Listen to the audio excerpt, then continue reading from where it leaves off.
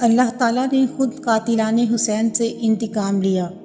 حضرت عمارہ بن عمیر رضی اللہ عنہ بیان کرتے ہیں کہ جب امام حسین علیہ السلام کے قاتل عبید اللہ بن زیاد اور اس کے ساتھیوں کے قتل کے بعد ان کے سر لا کر مسجد کے صحن میں رکھے گئے، میں بھی وہاں گیا اور اس وقت ان لوگوں کے پاس پہنچا جب وہ کہہ رہے تھے وہ آ گیا، وہ آ گیا۔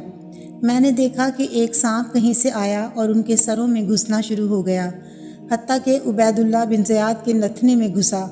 تھوڑی دیر بعد وہیں ٹھہر کر باہر آ کر کہیں اور چلا گیا، یہاں تک کہ وہاں موجود لوگوں کی نظروں سے وہ غائب ہو گیا۔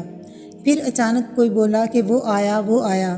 میں نے دیکھا کہ وہ سانپ پھر آیا اور اس نے یہی عمل 2 یا 3 بار دہرایا۔ حضرت عبداللہ بن عباس رضی اللہ عنہ بیان کرتے ہیں کہ اللہ تعالیٰ نے محمد مصطفیٰ صلی اللہ علیہ وآلہ وسلم کی طرف وحی فرمائی، میں نے یحییٰ بن زکریا علیہ السلام کے خون کے بدلے میں 70,000 لوگوں کو مارا، اور بے شک میں آپ صلی اللہ علیہ وآلہ وسلم کی لخت جگر فاطمہ کے بیٹے کے بدلے میں 70,000 اور 70,000 لوگوں کو ماروں گا۔ یہ امام شافعی کی حدیث کے الفاظ ہیں، اور قاضی ابو بکر بن کامل کی حدیث میں ہے، بے شک میں نے یحییٰ بن زکریا علیہ السلام کے خون کا بدلہ لیا، اور بے شک میں آپ صلی اللہ علیہ وآلہ وسلم کی لخت جگر کے بیٹے کے خون کا بدلہ بھی لینے والا ہوں۔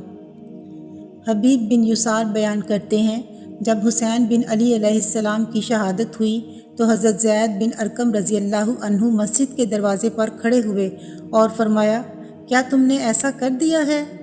میں گواہی دیتا ہوں کہ میں نے رسول اللہ صلی اللہ علیہ وآلہ وسلم کو فرماتے ہوئے سنا ہے، اے اللہ، میں ان دونوں، مراد حضرت حسن اور حضرت حسین علیہ السلام اور صالح مومنین کو تیرے سپرد کرتا ہوں۔ عبید اللہ بن زیاد سے کہا گیا کہ زید بن ارقم نے یہ کہا ہے۔ اس نے کہا، وہ ایسا بوڑھا ہے جس کی عقل ختم ہو چکی ہے۔